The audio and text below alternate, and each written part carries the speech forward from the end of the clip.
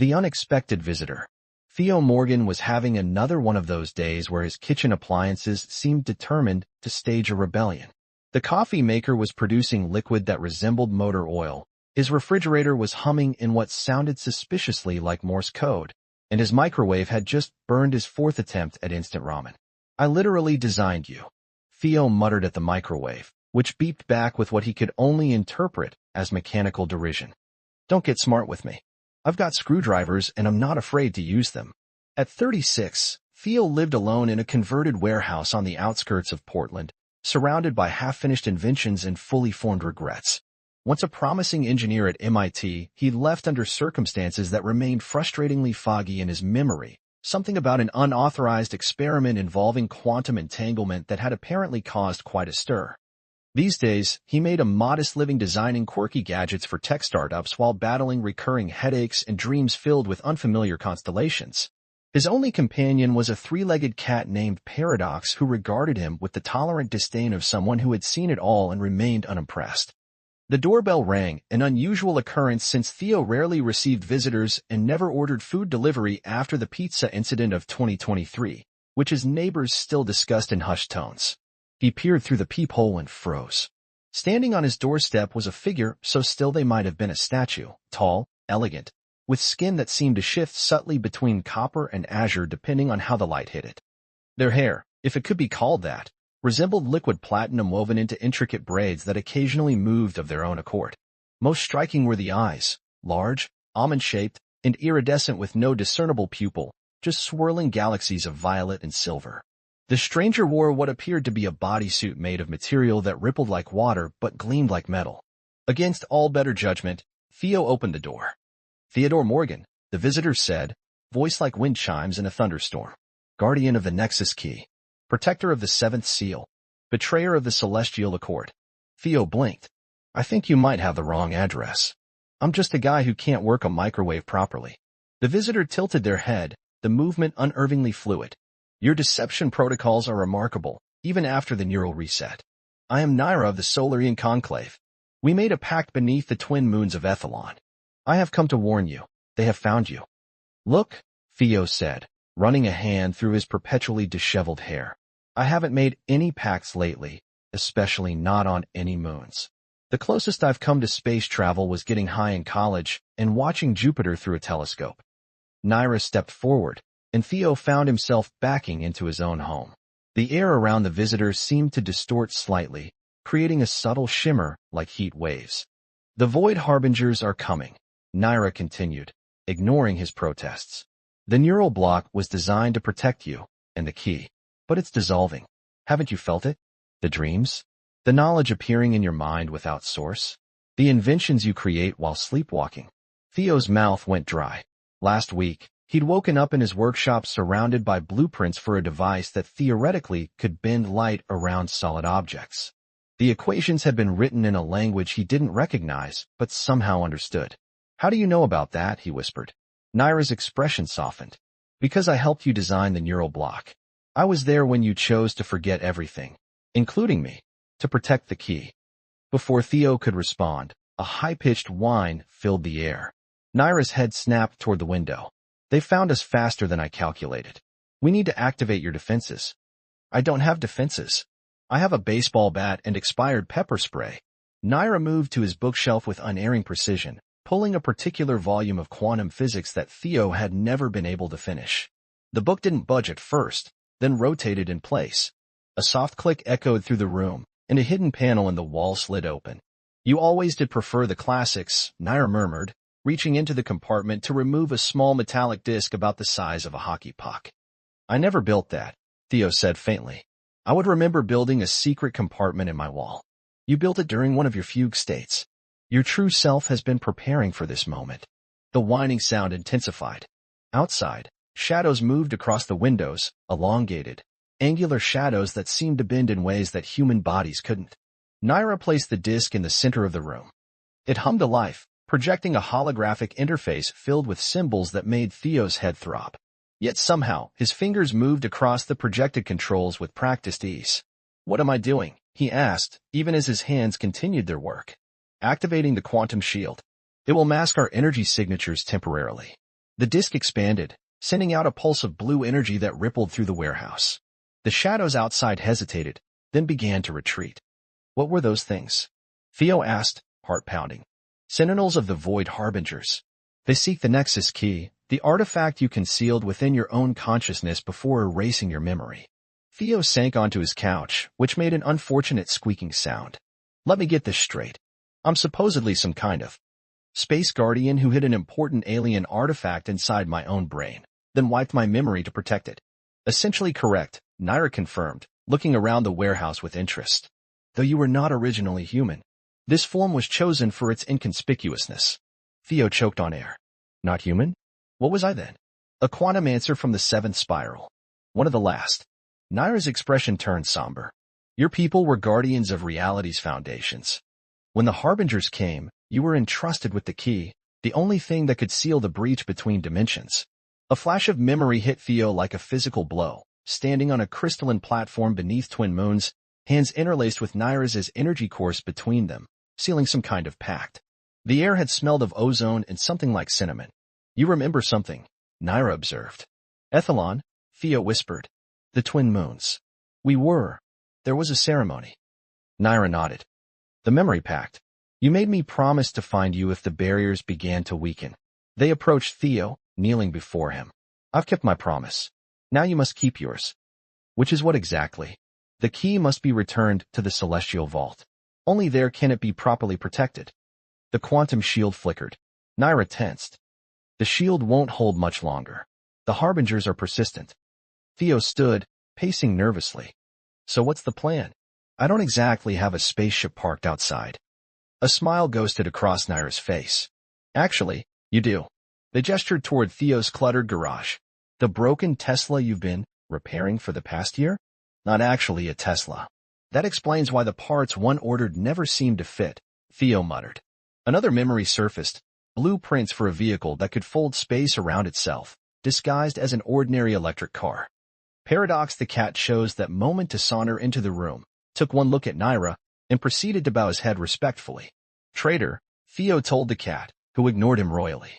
The neural block is dissolving rapidly now, Naira observed.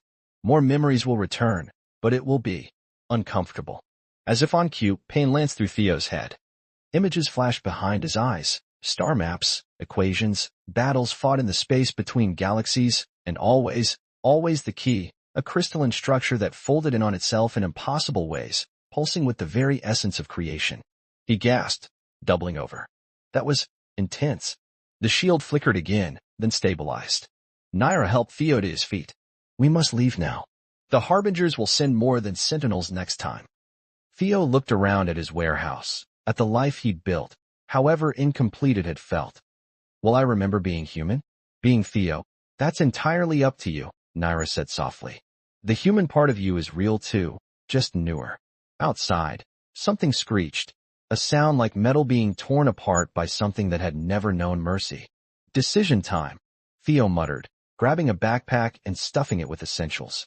He paused at a photo of himself at MIT graduation, a memory that might be partially fabricated. Naira watched him with those impossible eyes. The universe hangs in the balance, but the choice is still yours. It always has been. Theo took a deep breath, looking at his ordinary human hands that had apparently once wielded the power to reshape reality.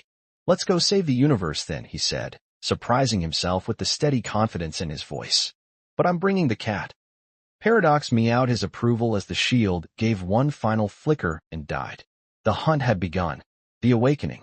The Tesla soared through a rift in reality that Theo had somehow known how to create, despite having no conscious memory of such abilities. The sensation of traveling through the fold in space-time was disorienting, like diving into a pool where water, air, and light had decided to trade properties for the afternoon. Is it always this? Damp? Theo asked, wiping what felt like cosmic condensation from his forehead. Paradox, secured in a carrier that Naira had enhanced with stabilization fields, seemed completely unbothered. Quantum tunneling creates temporal humidity, Naira explained, monitoring holographic displays that sprouted from the vehicle's dashboard. Your human form is quite sensitive to it. You used to find it amusing. Hilarious, Theo muttered as they burst through the other side of the rift. The sight that greeted them stole his breath. Twin moons hung in a lavender sky, their permanent eclipse casting a ring of silver fire around their joined silhouettes. Below stretched a landscape of crystalline formations that caught the light and fractured it into colors Theo hadn't known existed. Floating islands drifted through the air, connected by bridges of pure energy. Ethelon, he whispered, the name feeling both foreign and achingly familiar on his tongue. The sanctuary world, Naira confirmed, guiding their vessel toward a massive structure in the distance, a temple that seemed to be constructed from solidified light. Last stronghold of the Quantumancers before the collapse. More memories surged as they approached. Fragments of a life lived among beings of energy and thought, manipulating the fundamental forces of reality as easily as humans might tie their shoelaces. He remembered studying in those halls, learning to fold dimensions and weave quantum threads into shields and weapons. How much time do we have? Theo asked as they landed on a platform that shimmered into existence at their approach. The Harbingers will have traced our quantum signature. Hours at most. Naira's expression was grim. We must reach the memory chamber. They moved swiftly through corridors that shifted subtly as they passed, as if the building itself was responding to their presence. Paradox trotted alongside them, occasionally batting at floating motes of light that reacted to his touch with musical tones. Even your companion has begun to remember, Naira observed. He was never truly a cat. Let me guess, Theo sighed. Some kind of cosmic entity disguised as a three-legged tabby? A quantum familiar. A fragment of your power given independent form to guard you during your exile. Paradox gave Theo a look that could only be described as smug. They reached a vast circular chamber where the walls were inscribed with equations that moved and rewrote themselves in an endless mathematical symphony. At the center stood 3 crystalline pillars arranged in a triangle, each pulsing with internal light. The memory anchors, Naira explained. Each contains a portion of your true identity, sealed away for protection. Theo approached cautiously. What happens when I remember everything? Do I stop being human? Naira hesitated before answering. Your human self is not merely a disguise. It is an integration. The memories will not erase Theodore Morgan. They will complete him. And the key? It will resurface with your full awareness. We must take it to the celestial vault before the Harbingers can claim it. Theo took a deep breath and stepped into the triangle. The moment he crossed the threshold, the pillars flared with blinding intensity. Energy arced between them, forming a cage of light around his body. The first memory hit like a tidal wave. He stood before a council of beings composed of pure energy, volunteering for a mission that others called suicidal. Earth had been chosen as his hiding place specifically because it was considered too primitive to attract attention. The second pillar activated, bringing knowledge of the key itself, not an object but a complex quantum algorithm capable of sealing breaches between dimensions. He had encoded it into his own DNA, hiding it within the blind spots of human genetic understanding. The final pillar brought the most painful memory, the fall of his people. The Void Harbingers had come without warning, beings from a universe where entropy flowed backward, consuming order to create chaos. The Quantumancers had stood against them, but one by one they had fallen until only he remained, keeper of the last hope. And throughout it all, Naira, companion, ally, and more. The one he had trusted to find him when the time came. As the memories integrated, something shifted within Theo's chest. A warmth spread through him, gathering into a point of light that rose through his throat and emerged from his mouth. A swirling matrix of energy that coalesced into a complex geometric shape that defied Euclidean understanding. The Nexus key. You did it, Naira breathed, eyes reflecting the key's glow. Before Theo could respond, a thunderous boom shook the temple. The air rippled, as if reality itself was being torn. They're here, Naira said, activating defensive systems with quick gestures. The Harbingers have found us. Through the temple's translucent walls, Theo could see them. Massive ships that resembled fractal nightmares, constantly breaking apart and reforming in patterns that hurt to look at directly.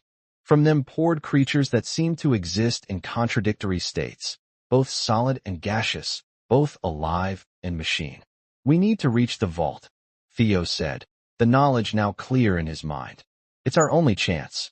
He reached out with newfound awareness, feeling the quantum fields around them.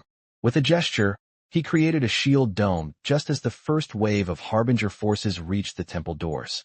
This way, he said, leading Naira through a doorway that hadn't existed until he needed it. Paradox followed, his form occasionally flickering to reveal something that resembled a small nebula with claws.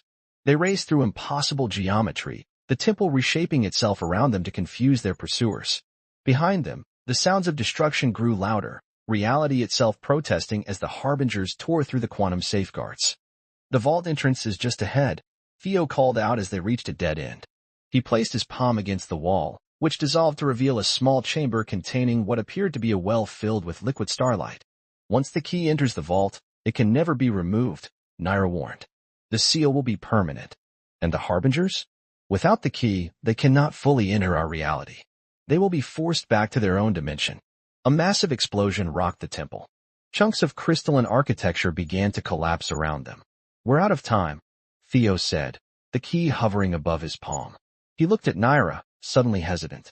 "After this, what happens to us?" "That depends," Naira replied softly. "On who you choose to be." A harbinger sentinel burst through the wall, a towering figure of contradictory matter, its form continuously inverting itself.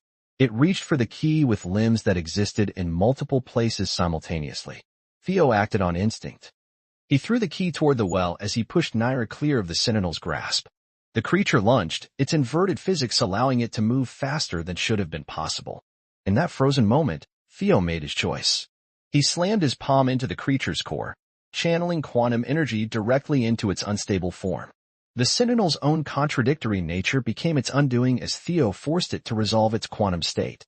The resulting implosion threw him back, just as the key reached the vault. A column of pure light erupted from the well, shooting upward through the temple and into the sky. The light expanded outward in a perfect sphere, passing harmlessly through Theo, Naira, and Paradox, but causing the harbinger forces to disintegrate on contact. When the light faded, the temple stood restored, as if the attack had never happened. Outside, the ships were gone.